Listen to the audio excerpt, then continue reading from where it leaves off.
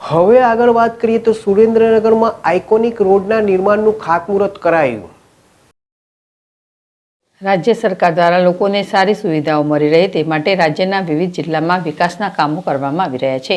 તેમાં રોડ, રસ્તા તેમજ વિવિધ સારી સુવિધાઓ ઘર આંગણે મળે તે માટે કાર્ય કરી રહી છે। ગુજરાત સરકાર દ્વારા આ વખતના બજેટમાં રાજ્યના વિવિધ શહેરોમાં આઇકોનિક રોડ બનાવવા માટે જાહેરાત કરવામાં આવી હતી।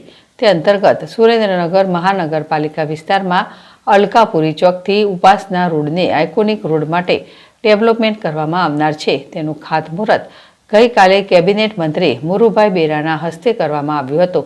આ પ્રસંગે નાયબ મુખ્ય દંડક જગદીશ મકવાણા, પૂર્વ ધારાસભ્ય ધનજીભાઈ, પ્રદેશ ભાજપના ઉપાધ્યક્ષ વર્ષાબેન દોશી, જિલ્લા ભાજપ પ્રમુખ હિતેન્દ્રસિંહ ચૌહાણ, સુરેન્દ્રનગર મહાનગરપાલિકાના commissioner Navnath Gavani, deputy commissioner Arjun Chavda સહિત અધિકારી સહિત ઉપસ્થિત રહ્યા હતા।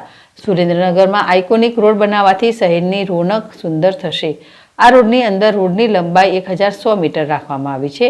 બંને બાજુએ ફૂટપાથ, પેવર બ્લોક, વરસાદી પાણીનો નિકાલ માટે drainage, decorative light pole, tree plantation, રોડના મધ્યમાં ડિવાઈડર, રોડ ફર્નિચરની આઇટમોમાં thermoplast paint, I love Zalawad, selfie point જેવી સુવિધાઓ શહેરીજનોને મળશે। અલકાપુરી ચોકથી ઉપાસના રોડ સુધી આઇકોનિક રોડનું ડેવલપમેન્ટ થવાથી સુરેન્દ્રનગર મહાનગરપાલિકાના નગરજનોને અદ્યતન સુંદર રોડની સાથે વોકવે, સેલ્ફી પોઈન્ટ સહિતની સુવિધા પ્રાપ્ત થશે। સાથે આ મહાનગરપાલિકામાં આગામી 1 વર્ષમાં અન્ય વિકાસના કામો પણ કરવામાં આવશે, જેનું ખાતમુહૂર્ત કેબિનેટ મંત્રી મુરુભાઈ બેરાના હસ્તે કરવામાં આવ્યું હતું।